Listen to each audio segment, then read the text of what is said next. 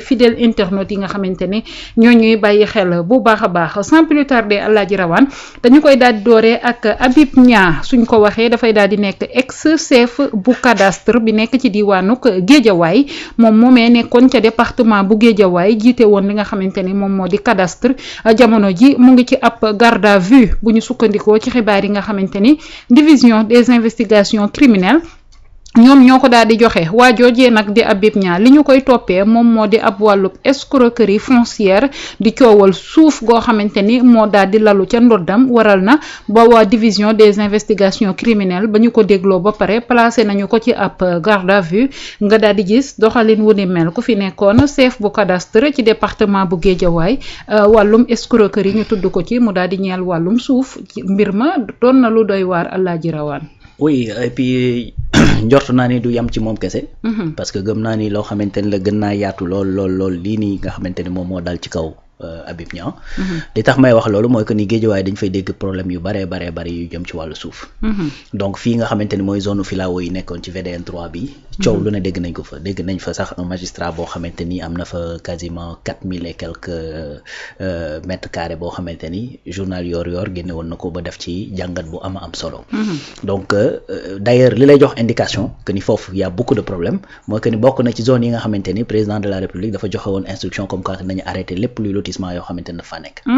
Donc gis nañ fi également bi fi Moussa Bala Fofana demee am ay riverains yoo xamante ni ñoom la recevoir foofu ci zone bi ci boppam ñu koy expliquer problème yi nga xamante ni moo fa am ak ñoom ñi nga xamante ni ñoo fa dëkkoon moomoon dëkkuwaay boobu ak yu ni mel biñ ko morcelé ni nga xamante ni noonu lañ leen génnee sax ci biir séddale beeg yu ni mel. tout ça donc am fa.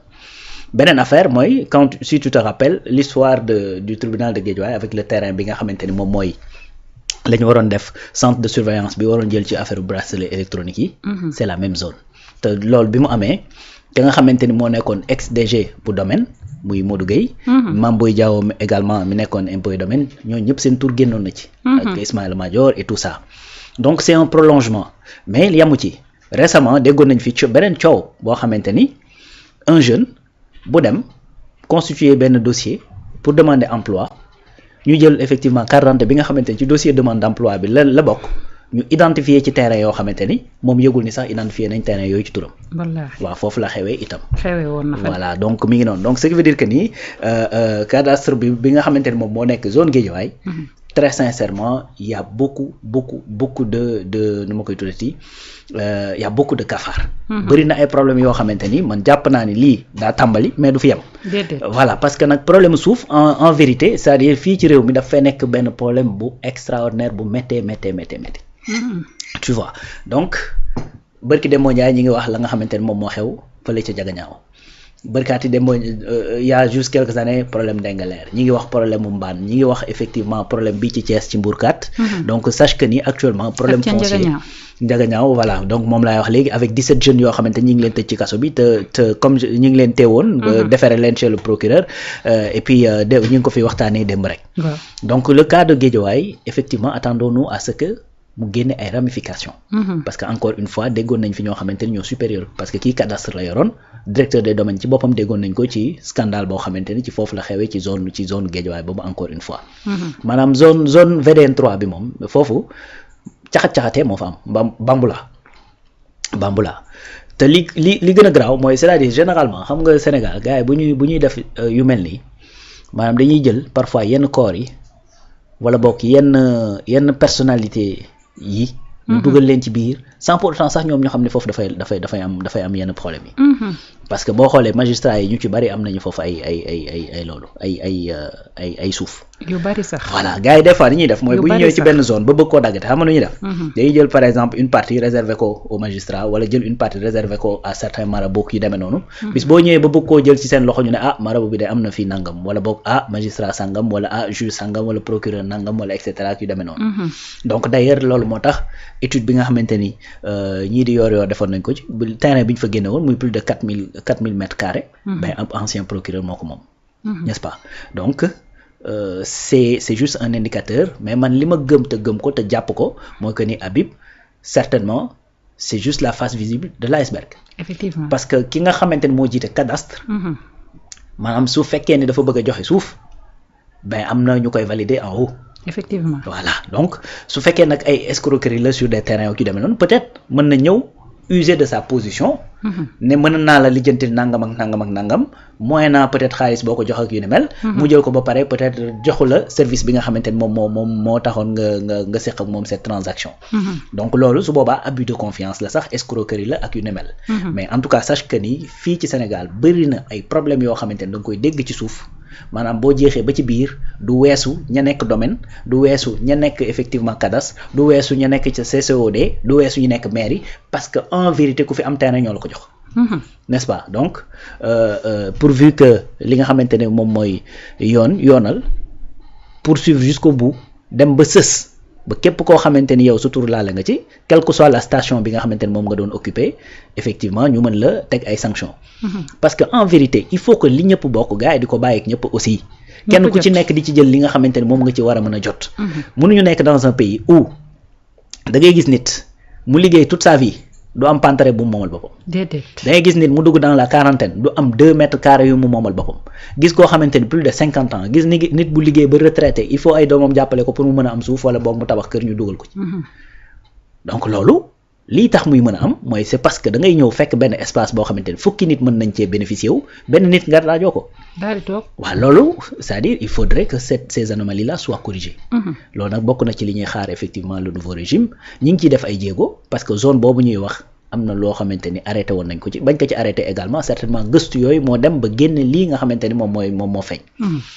Binta Sénégal ngay gis koo xamante ni maanaam dafay jàng pare yor ay diplôme am. dugg domaine wala dugg impôt wala dugg douane wala ci yenn services yi nga xamante ni ay régie financière lañu 2 ans wala 5 ans après c'est-à-dire il devient quasiment un milliardaire am na immeuble fii am na immeuble fële am na immeuble fële am na immeuble fële.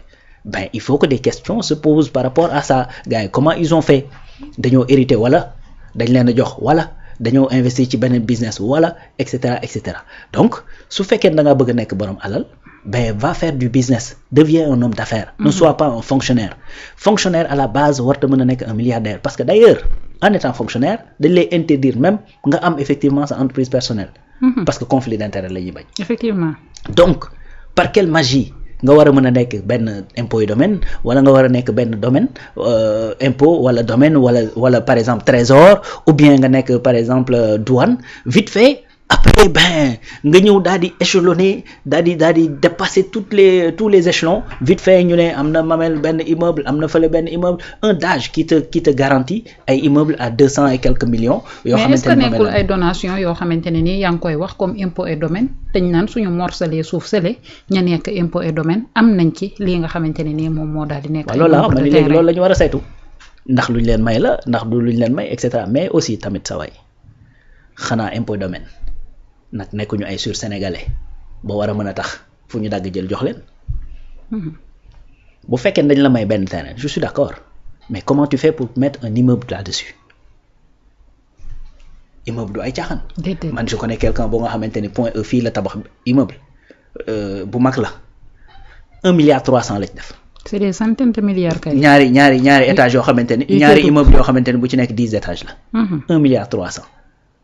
bi mu demee te xam nga nu mu ko tabaxee daa dem ak banque accompagner ko banque moo ko accompagner mu tabax pourtant il avait ses propres business mais banque da ko accompagner léegi tu vois par exemple quelqu'un boo xamante ni ci problème Covid bi gis nañ fi un DAGE bu ñëw garantir des 2 immeubles biñ ko évaluer c'était quasiment 250 millions xaw ma 300 millions.